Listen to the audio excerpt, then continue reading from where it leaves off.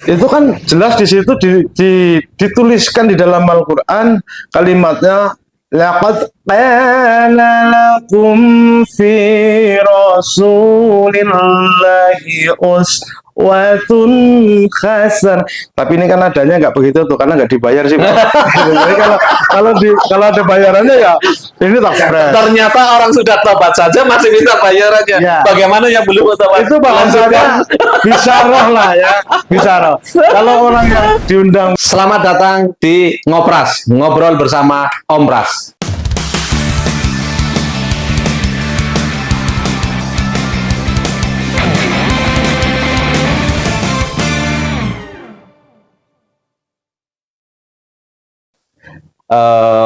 Apa kabar?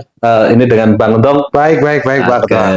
Ini wajah sangar atau wajah preman, tapi hati beriman ini maksudnya sudah tobat atau gimana? Ini kisahnya dulu itu waktu dari anak-anak kau terkenalnya preman itu maksudnya gimana? Orang nakal atau orang jahat itu gimana? Kalau ada cerita, tapi sekarang dengar-dengar sudah insaf atau sudah kembali lagi ke jalan yang benar? Ya begini Om Pras, selama perjalanan saya dari masa kecil juga kan tahu lah ya. Tahu ya kalau dikatakan preman ya Memang preman ya? dulu preman. Iya. Begitu. Tapi karena eranya sudah berubah, tahunnya sudah berganti tahun ya premannya harus berganti. Iya. Gitu. Saya punya pengalaman gini Om Pras. Seketika saya menjalani dunia hitam dari awal karena saya dari desa sudah punya bahan itu catatan ya, catatannya berani, berani. Kan? Akhirnya saya merantau di Jakarta. Setelah saya merantau di Jakarta, itu umur berapa? Dari umur 13 tahun. 13 tahun sudah di Jakarta. Oh, berarti baru lulus SMP atau SD atau gimana ini kok ceritanya bisa langsung ke Jakarta? SD itu nggak lulus. Kelas 3 itu saya keluar. Kelas 3 saya keluar, saya di Jakarta lalu lalang, di sanalah saya ikut kejar paket. Oh, gitu. Paket A berarti ya? Ya, dari SD sampai SMA. Oh, gitu. Saya kejar paket di sana. Berarti paket saya ini ya. Terakhir. Oke. Nah, kisaran perjalanan saya punya peristiwa yang membuat saya membawa saya harus mengenal Tuhan. Oh, gitu. Pada tahun 2024 kalau tidak salah, itu saya ada peristiwa yang sangat-sangat tragis waktu itu. Peristiwa itu membawa saya ranah, saya harus menjalani pidana. Berarti dihukum gitu atau ya, saya dihukum 10 tahun. Waktu itu 10 tahun. Dikala saya menjalani hukuman itu, saya mulai menata diri. Mau keluar pun nggak bisa, mau ngapain kan gitu kan? Karena bagi saya perjalanan saya sudah, karena ibaratnya kaca depan itu lebih besar daripada kaca spion. Saya nggak boleh nengok ke belakang, tapi saya harus nengok ke depan. Harus ke depan. Di situ saya mulai belajar. Oh sebentar ini, ya. Sebentar. Mohon maaf ini, saya dengar cerita itu kan, mohon maaf tadi latar belakang bisa dibilang mungkin waktu kecil nakal dan sebagainya ya. Terus setelah seperti itu ada insiden kasus pidana sehingga sampai harus menanggung resiko atau menanggung di penjara. Itu benar enggak kalau di penjara itu enggak nyaman, kadang begitu datang digebuki dan sebagainya, itu benar enggak? Ya kalau saya bilang ada benarnya ada enggaknya. Gitu, karena begini, dimanapun tempat, kata bahasa orang Jawa itu lain desa lain cara, ya kan, lain koki lain masakan. Oh gitu, lain rasa juga ya. Karena dulu waktu saya baru pertama masuk ya memang betul ada flasher untuk mengedonkan mental kita, mentalnya turun gitu, intimidasi terapi gitu. Terhadap kita. Tapi setelah saya amati, karena tujuan saya kan nggak pengen jadi penjahat lagi, tobat lah gitu ya.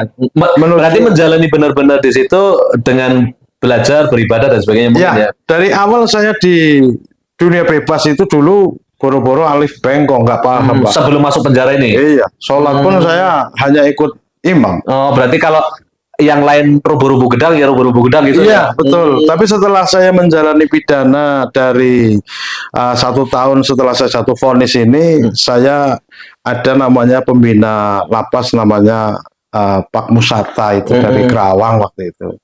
Itu selalu mengajarkan bahwa harus merubah diri setelah keluar dari lembaga pemasyarakatan. Berarti belajar di situ. Saya mulai belajar Iqra, dari Iqra ke Juz Amma, dari Juz Amma ke Al-Quran, dari Al-Quran ada beberapa kitab-kitab. Disitulah saya merasa bahwa saya tidak di penjara. Ya kan? Jadi rasanya malah merasa tidak di penjara. Saya merasa Kayak di pondok pesantren iya, gitu. Saya merasa bahwa saya itu pesantren. Setelah saya pulang dari sini, satu saya menebus dosa, kedua saya harus bermanfaat untuk pribadi diri saya, baik pun untuk anak-anak saya, maupun untuk lingkungan yang ini luar membutuhkan. biasa. Ya. Nah di situ baru saya merasa bahwa saya belajar mendekat ke Tuhan. Tuhan itu ada, tapi kalau kita tidak mendekat, kita tidak akan tahu Tuhan. Sama aja begini Pak Ketua, yang saya pelajari di penjara itu, kita punya otak. Maka seketika kita bicara berdua, Pak, punya Tuhan nggak? Nah. Punya, coba dipegang Tuhannya, diajak ngomong, nggak bisa kan? Iya, sama, kita punya otak juga bisa dipegang. Maka cara naluri kita berpikir, maka dengan otak kita, kalau otak kita bisa berpikir bahwa Allah itu ada, berarti otak kita ada. Iya, kenapa? Nah, di situ saya mempelajari, alhamdulillah saya berapa 2 tahun saya sudah hatam, Bang. Karena setiap dari pagi, malam itu hanya ngaji dan ngaji. Oh, kegiatannya hanya ngaji di dalam lapas itu? Ya, justru kalau di lapas itu ibadah yang tadinya dipaksa, tapi menjadi keikhlasan. Karena kalau hari Jumat itu, itu kalau nggak ikut sholat Jumat, itu sama sipir lapas itu dicari, digebukin, Pak. Oh, mantap lah. Iya, itu bagus. Tapi waktu pertama, untuk menjaga kedisiplinan sebenarnya ya. Iya. Nah, dulu waktu saya belum tahu, ini terlalu keras, tapi ternyata bukan. Jadi manfaatnya ada. Mendidik kita, karena kita orang Islam. Waktu kita masuk ke situ juga kita disumpah dan sebagainya, ada aturan-aturan bahwa harus merubah diri, harus keluar dari lapas pembinaan itu harus menjadi orang baik. Ya bagaimana kita harus punya dasar dari dalam. Jangan kita lihat masuknya, yang kita lihat adalah keluarnya. Mau atau tidak gitu ya. Contoh orang naik haji aja nih, waktu mau berangkat kan ngurus persyaratan, paspor, dan sebagainya. Tapi baru pulang ke sana kan udah dapat gelar haji mabrur. Maka saya berprinsip bahwa saya di lapas, saya tidak merasa saya itu narapidana, tapi saya merasa bahwa saya itu santri, lagi belajar. Lagi belajar. Alhamdulillah saya dapat petunjuk dari Allah Subhanahu Wa Taala dengan teman-teman satu kamar juga. Alhamdulillah membidangi dirinya agar dia punya bekal untuk keluar nanti, seperti itu. Dan di situ saya merasa bahwa saya ini berguna loh ya, ya kan? Saya punya berguna, saya punya bakat yang terpendam, dan saya harus merubah diri saya yang dulu saya di dunia hitam. Ya untuk saya sempurna nggak mungkin, ya kan? Nggak mungkin karena saya bukan Rasulullah. Tapi yang dipelajari itu di dalam lapas sendiri apa saja itu terkait dengan agama itu, apa saja isinya itu? Yang pertama saya membaca salah satu kitab, itu ada di salah satu kitab Al-Hikam. Itu di situ ada suri teladan yang harus saya teladani dan harus saya contoh. Itu kejujurannya salah satu waliullahnya Allah Subhanahu Wa Taala, itu Syekh Abdul Qadir Al-Jailani. Itu saya baca itu sepintas bahwa Syekh Abdul Qadir Al-Jailani itu pamitan kepada ibunya.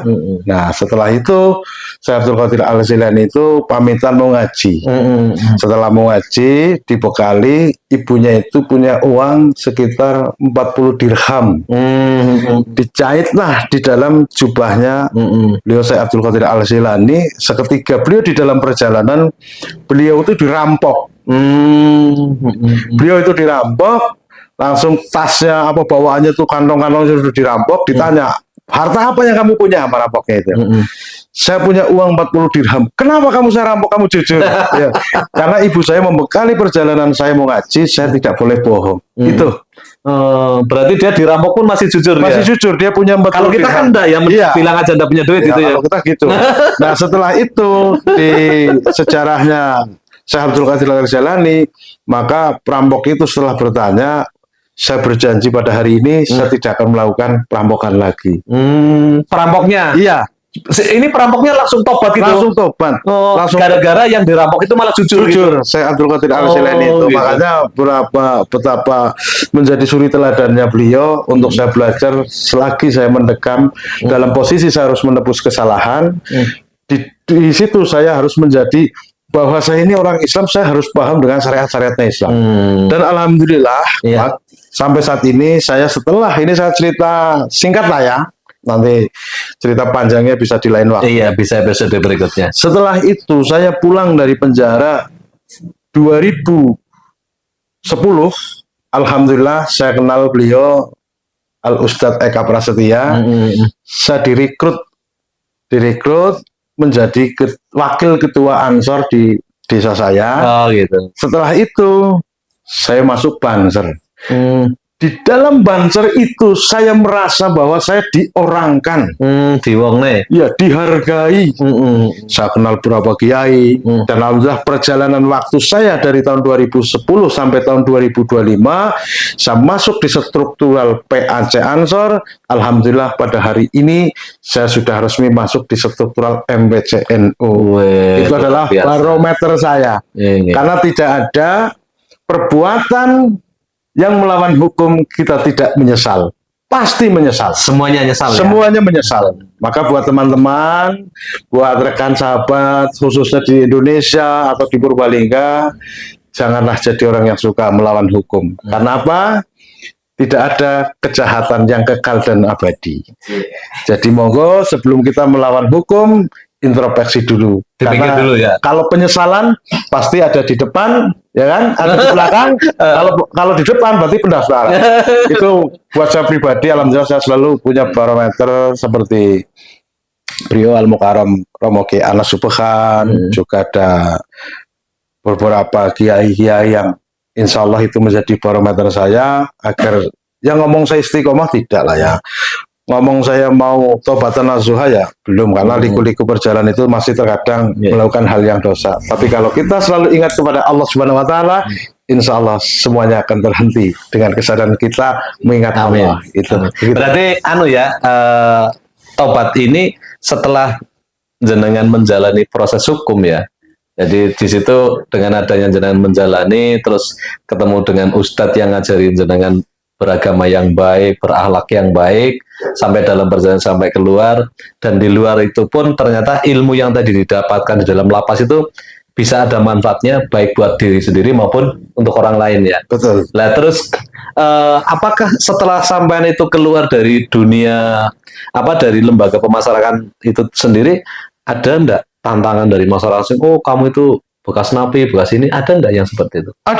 Ada, bahkan saya beberapa bulan bahkan tahun di lingkungan saya tinggal setelah saya pulang menjalani pidana itu, banyak yang menyampaikan jangan berteman dari itu kan mantan narapidana, dia residivis dan sebagainya. Tapi karena saya sudah punya Allah, biarkan semuanya saya serahkan kepada Allah. Jadi tidak peduli lagi ya. Saya tinggal menjalani. Apa kata orang? Silahkan. Yang penting saya berjalan langkah demi langkah, mendapat ridhonya Allah. Bersama kiai saya mencari barometer agar saya menjadi yang lebih terbaik, karena manusia itu tidak ada yang sempurna. Ya jadi ini saudara itu sudah luar biasa mendapatkan hidayah dari Allah Subhanahu Wa Taala. Terus juga tidak terlepas juga, kalau tidak salah kan namanya kan untung hidayat ya. Betul. Jadi sudah untung ada hidayahnya lagi gitu. Amin. Mungkin seperti itu ya. Nah terus sejauh ini dengan gunjingan-gunjingan tadi, apakah Anda itu merasa risih apa memang udahlah biarkan saja gitu? Enggak, iya. Kalau saya tidak, Pak. Tidak ya. Karena apa yang disampaikan mereka itu betul, bahwa orang terkadang memvonis seperti ini. Orang yang sudah pernah masuk penjara itu jelas-jelas orang yang pernah bersalah. Iya. Tapi kalau saya pribadi, ya memang saya salah. Iya. Kalau saya tidak salah, ngapain saya harus dipidanakan? Iya. Tapi regulasinya, orang yang dipenjara itu tidak semuanya orang yang bersalah. Setelah kami kumpul dengan rekan-rekan yang selama itu menjalani hukuman pidananya dengan saya curhat dan sebagainya, maka begitu saya jadi bahan untuk menyalahkan diri saya sendiri itu lebih besar daripada saya harus menyalahkan orang lain. Jadi introspeksi ya. Nah ini mohon maaf juga, ini kan ada yang dengar ini karena udah ngaji beberapa tahun di lapas gitu. Mungkin ada yang kepengen mendengarkan mungkin ayat-ayat Allah mungkin gitu yang dipelajari waktu itu. Coba sedikit, kalau banyak kan kita mungkin waktunya gitu. Banyak alhamdulillah waktu itu yang membawa motivasi. Ya, waktu itu saya dengan belajar tartil, belajar kiro, ya kan, mempelajari naftu sorof, mempelajari bayati, ya. Itu kan endingnya kemampuan kita dalam menghafal salah satu kitab atau di dalam tulisan-tulisan Quran itu. Iya. Contohnya gini, saya dikasih singkong dengan jenengan, tapi singkong rebus gak dikasih garam, kan rasanya biasa. Iya, Mbak. Sama kita membawa ayat suci Al-Quran itu Dikasih bumbu. dikasih bumbu. Lebih enak kali ya. Iya, lebih enak. Jadi kalau adzan saja lah ya, kita lihat yang adzan, yang baca Quran. Umpamanya adzan kan terkadang ada yang asal Allahu Akbar kan kayak. Iya, Tapi enggak. kalau adzan itu Ada nadanya gitu ya. pakai nada, pakai irama, contoh gini. Untuk maghrib lah umpama, untuk maghrib itu kan nadanya gonta ganti. Iya. Jadi enggak maghrib dipakai isya kan enggak. Contoh gini, waktu yang saya pelajari di lapas, kalau ada salahnya ya untuk para pemirsa, saya mohon maaf karena ini pengalaman saya itu pondoknya Di lapas. di lapas, bukan di pondok pesantren yang notabene itu di situ berbasis agama. Terpaksa. Terpaksa tapi menjadi terasa. Iya. Contoh adzan saja gini, kalau maghrib, kalau saya gini. Allahu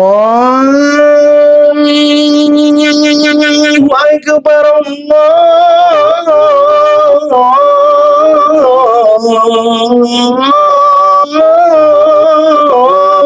Akbar. Jadi kalau gitu kan orang-orang yang nggak ke masjid, siapa yang adzan ya? Enak banget Iya. gitu ya. Rohnya ada gitu Jadi ya. penasaran, bawa sarung, oh iya. Kita ulangi lagi, akhirnya satu demi satu kan akan menarik jamaah. Datang gitu Ya, contoh saya juga pernah ada salah satu imam di masjid saya menguji mungkin, Mas, jangan sok maca Quran, sok ngaji nek maghrib, coba saya pengen dimami lah. Saya sampai dan ngapun terpaksa belum itu wajahnya udah nggak apa-apa. Tapi dengan bacaan-bacaan itu kan dia kan terasa sendiri. Karena apa? Ya karena saya belajar di penjara itu tadi yang membuat saya itu tahu agamanya di penjara. Makanya saya nyesalnya di belakang, bukan di depan. Bukan di depan. Maka kenapa dari dulu saya nggak ngaji? Orang saya bisa kok. Kenapa setelah saya sudah tua dan posisi saya terpuruk, ya kan? Setelah melakukan kesalahan, kok saya baru mau belajar ngaji? Maka itu saya untuk petugas lapas juga sebetulnya baik. Karena mereka ingin mengharapkan kita setelah kita pulang dari tahanan itu, penjara itu, kita harus berubah. Jadi orang baik. Itu sesuatu kebanggaan para polsus petugas lapas. Dan alhamdulillah saya selama mendekam di tahanan 4 kali saya pindah lapas, itu ibarat jalan-jalan. Ya, saya pesantren berpindah-pindah. Berarti secara saya alhamdulillah saya mondok di pesantren 10 tahun. Kalau di pondok umum kan hanya 6 tahun lah ya. Alhamdulillah juga saya sampaikan ada petugas lapas yang pernah membina saya. Ya kan, melihat video ini atau podcast ini, semoga diberikan keberkahan, amin, diberikan murah rezekinya, dan saya berterima kasih atas dibinanya oleh beliau Pak Musata, waktu di Kerawang juga Pak Irfan selaku Kalapas, juga yang waktu itu memberikan arahan saya langsung itu dari Menkumham Papas waktu itu yang membebaskan saya waktu itu ya. Terima kasih, semoga panjang umur. Saya doakan yang terbaik untuk dengan semua. Jadi kembali lagi, kalau masalah akidah yang saya dapatkan dari lapas itu tegak lurus, tegak lurus. Jadi saya itu tidak pernah memvonis bahwa Salafi seperti ini, LDI seperti ini. Tapi bagaimana saya akan beradaptasi dengan Tuhan saya sepenuh hati dan keyakinan saya kepada Allah. Karena kalau namanya makhluk hidup pasti berbeda pemikiran, berbeda cara, berbeda strategi, berbeda bendera, tapi kita tetap di buminya Allah. Mantap. Maka saya, untuk pribadi saya, baik keluarga saya, teman-teman saya, jangan sampai merasakan yang namanya dipidana. Pahit. Begitu, karena ketentuannya sudah diatur oleh mereka. Oke, terima kasih. Terima kasih.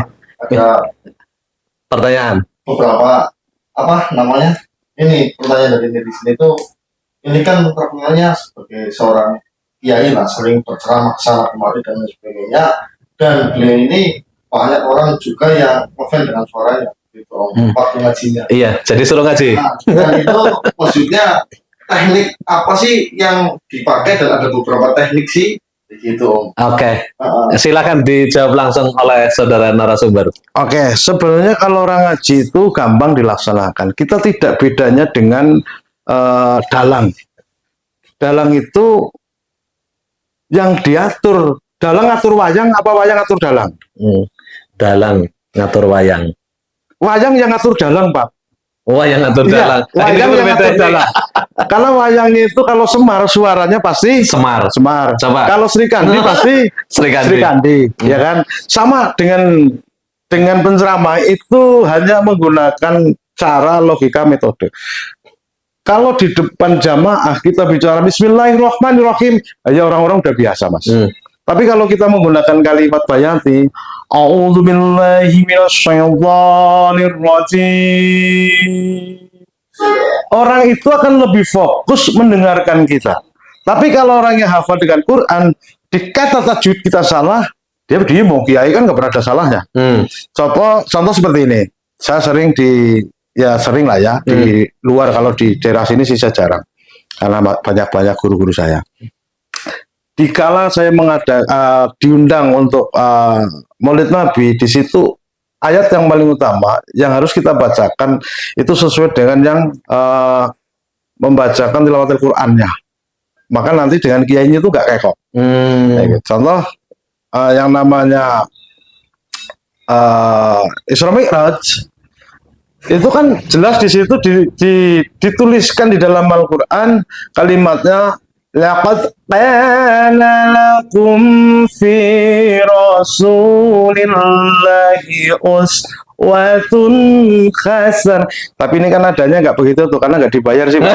Jadi kalau ada bayarannya ya ini tak fair. Ternyata orang sudah tobat saja masih minta bayarannya. Ya. Bagaimana yang belum tobat? Itu bahasanya bisaroh lah ya, bisaroh. Kalau orang yang diundang tidak mendapatkan bisaroh ya munafik lah. Iya. Tetap ada. Jadi nanti saya minta tolong untuk disiapkan amplopnya ya, biar ini omongannya lebih tertata lagi gitu, ngajinya lebih hebat lagi ya, Chef. Mau dilanjutkan. Ya, yang penting kita sebagai umat Islam pertama percaya bahwa Rasulullah itu adalah Nabi akhir zaman. Iya. Bahwa Rasulullah itu adalah nabiku. Bahwa Rasulullah itu yang menjamin hidup matiku besok dipertanggungjawabkan kepada Allah Subhanahu wa taala. Amin. Amin. Maka yang sampai saat ini masih preman ya kan, masih menggunakan gaya-gaya dulu, dikurangi tekan angka emosional panjenengan, lebih menurun lagi, monggo lah kita belajar istiqomah. Iya. Karena apa? Karena kita hidup di dunia itu sifatnya sementara, begitu. Karena pengalaman saya selama saya menjalani di lapas, ya kalau jenengan tadi ngomong ada kekerasan, ya memang ada, karena shock terapi. Karena kalau tidak digunakan sistem seperti itu, ya nanti kalapas kalah dong. Ya kan? Iya. Karena kan yang di situ bukan kiai, penjahat semua. Kan seperti itu. Kalau yang masuk di lapas itu jelas penjahat, orang-orang hebat. Karena kenapa hebatnya? Orang-orang itu pasti orang-orang yang melanggar hukum. Iya. Seperti itu. Makanya saya alhamdulillah lah sampai saat ini saya punya banyak teman, relasi, saya berkarir, ikut dengan teman-teman, ikut dengan jenengan, ya monggo lah kita sesuai dengan tupoksinya. Ya, yang lebih utama kita adalah mendahulukan silaturahim. Iya. Itu dari saya. Mungkin ya kalau mau di sesi nanti kita ada sesi kedua yang lebih sempurna, ya kan? Seketika nanti dasarnya akan saya siapkan. Siap. Begitu. Oke. Terima kasih Saudara Untung Hidayat pada acara ngobrol bareng dengan Om Pras.